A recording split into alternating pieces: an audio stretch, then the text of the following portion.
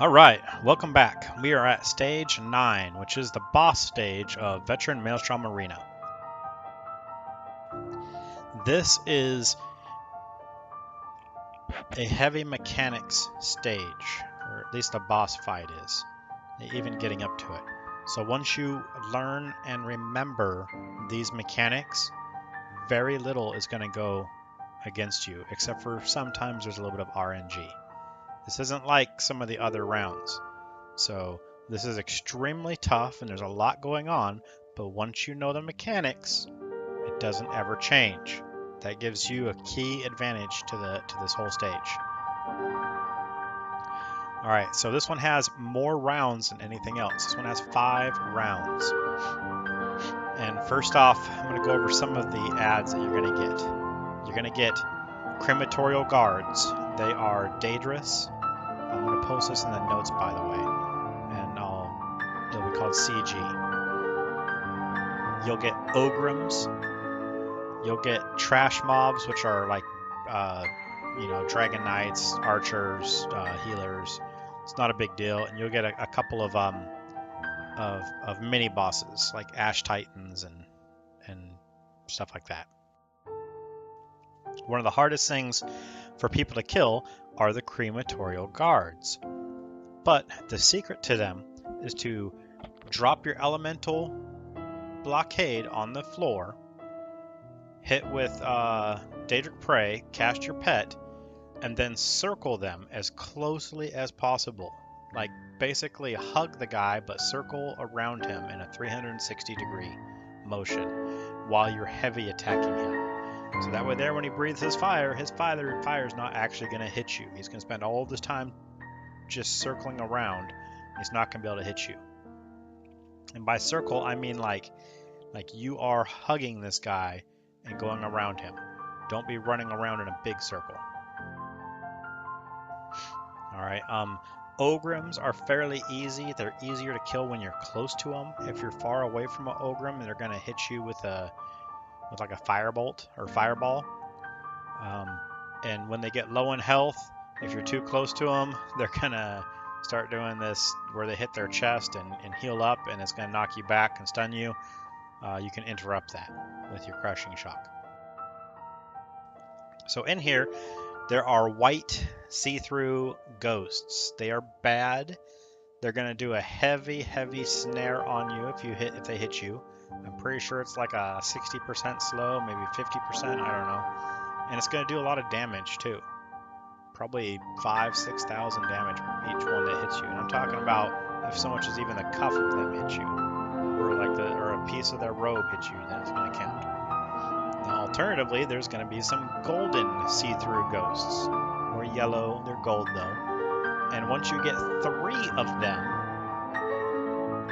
you can synergize. You can press the synergy button, and it'll do a room-wide stop. That's going to cause all the ads to immediately just stop doing what they're doing, and they're going to be stuck there for a little bit while you can kill them. Okay, so the ghosts, the white ghosts just roam randomly, and they'll change directions randomly. The golden ghosts actively avoid you. Well, not so much avoid you, but they actively try to go towards the enemy. So you have to go to the golden ghost before they get to the enemy. So I'll list in this video at the bottom exactly how many ads and at what stage or what round each ad spawns.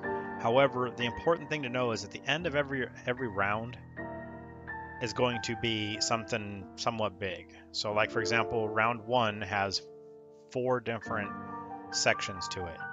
You know, round 1's got 3 ads at first, then 2 ads, then 2 more ads, and then the Crematorial Guard. And then you begin round 2, and it's got 3 ads, then 3 ads, then a Crematorial Guard, and then an Ogrim, and so on and so forth. Round 5 is the one that becomes the tough round, because that's got an Ash Titan at the second ad. Sorry, I was yawning. Mute my mic first. So at round 5, the beginning of the round, you're going to get 2 ads, and one of them is going to be Crematorial Guard. So you kill them both. Kill the Crematorial Guard first, and then an Ash Titan is going to spawn. And if you don't kill the Ash Titan within 15 seconds, which I never do on this build, then the Ash Titan's going to do a knockback room wide, and then a wall of fire. The wall of fire might hit you. If it does, it's going to stun you. You got to break free, and then shortly after, 3 ads are going to spawn while the Ash Titan is still alive. Of those 3 ads, the important thing there is that they're going to root lock you because there's a DK, so you're going to have to roll dodge and break free. And also the archer might try doing the channeled focused aim attack, so you got to make sure you interrupt him or it can one-shot you. At the end of that, once they're dead, once the Ash Titan's dead, then you're going to get 3 more ads and you'll get the Ogrim. And then that'll be it, then you'll be on the boss. The boss is hard to do, and there's 3 different stages to this. So when the boss first spawns, you're going to go to the center and you're going to do a bunch of damage to him. You're going to do as much damage to him as you can. I typically do not drop my ultimate though, but you can if you want to. All right. And he's going to hit you like a light attack 3 times or 2 times, and then he's going to do like this drawback where he channels his skull attack. And you can just roll dodge, and that'll avoid his skull attack, and then start hitting him again some more. He's going to port away a second later, and he's going to do 1 of 3 attacks when he ports away. This is important because every time he ports, he's always going to do 1 of 3 attacks. And it's either going to be a channeled attack that's going to send bolts of stuff at you and you have to interrupt him to stop it, or it's going to be the skull attack where you have to dodge roll it, or he's going to do a melee range AoE that you just don't want to be near him. That won't one-shot you if you have full health and a shield up, but it will knock you back and disorient you. So, after he ports away, you're going to typically interrupt him or do whatever you need to do, drop your dots on him, and then a Crematorial Guard's going to spawn. And they're both going to be there, so I typically like to circle them with heavy attacks, hitting the Crematorial Guard. That's because it's going to hit the boss as well and do damage to both of them. When the boss ports away, 1 second later, you need to roll dodge, because there's a very good chance that that boss is channeling a skull attack. And then finish killing the Crematorial Guard, then go back to the boss. You can ignore the healing ad. I never even touch them. They're a waste of your time. They're always going to spawn. Alright, so, and you're going to keep doing that, and every time the boss ports away, he has a chance of doing 1 of those 3 attacks I mentioned.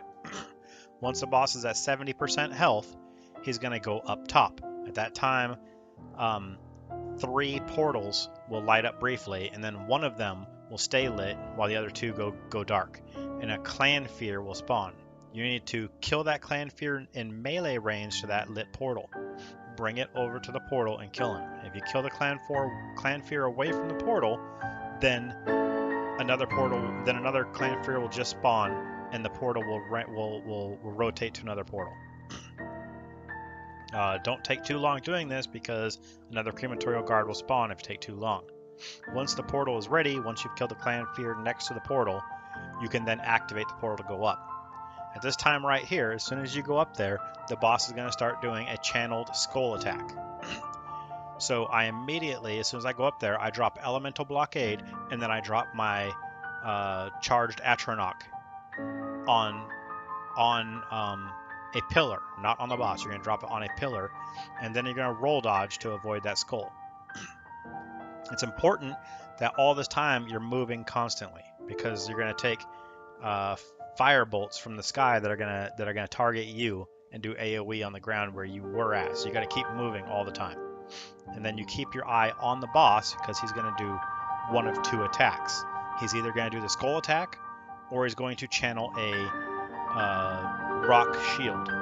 So if it's a skull attack, all you got to do is dodge it, and then you can keep attacking the pillars like normal.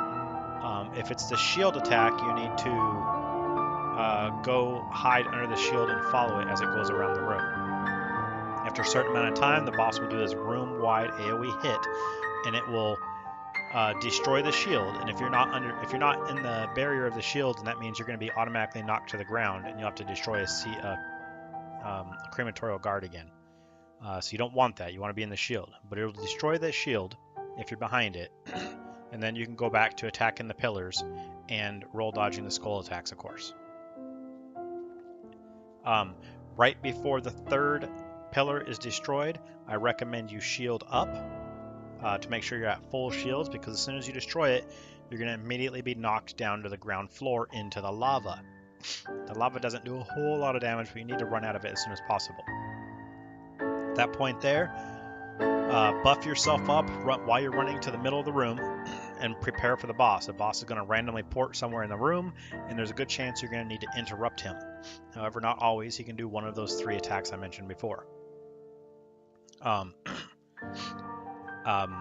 So at that point there, you finish dealing with the boss. You either roll dodge a skull or interrupt him if he's channeled or whatever, and then you're going to go for the golden ghost that appears. After the golden ghost appears, you're going to ignore the boss and go kill the summoner. The summoner is important because he's going to summon something nasty unless you kill him, and you don't want to deal with that. It's tough. So go kill the summoner, and hopefully by the time you're done with killing the summoner, you're keeping an eye on the boss this whole time, of course. You might need to roll dodge or whatever, because every time the boss ports, he's going to do one of those 3 attacks. So you kill that summoner, and you're paying attention to the next golden ghost. So at the time the 3rd golden ghost spawns, a crematorial guard is going to spawn. You want to be near the boss at that point there. Well, first off, you want to make sure you get the golden ghosts, all 3 of them. Then you want to be near the boss. That way and you're going to wait until the crematorial guard is close to you. That way you and the boss and the crematorial guard are all together. Then you're going to activate your golden synergy. Then drop your ultimate, drop your dots, heavy attack both of them so they both die, and then go back to doing what you're doing again.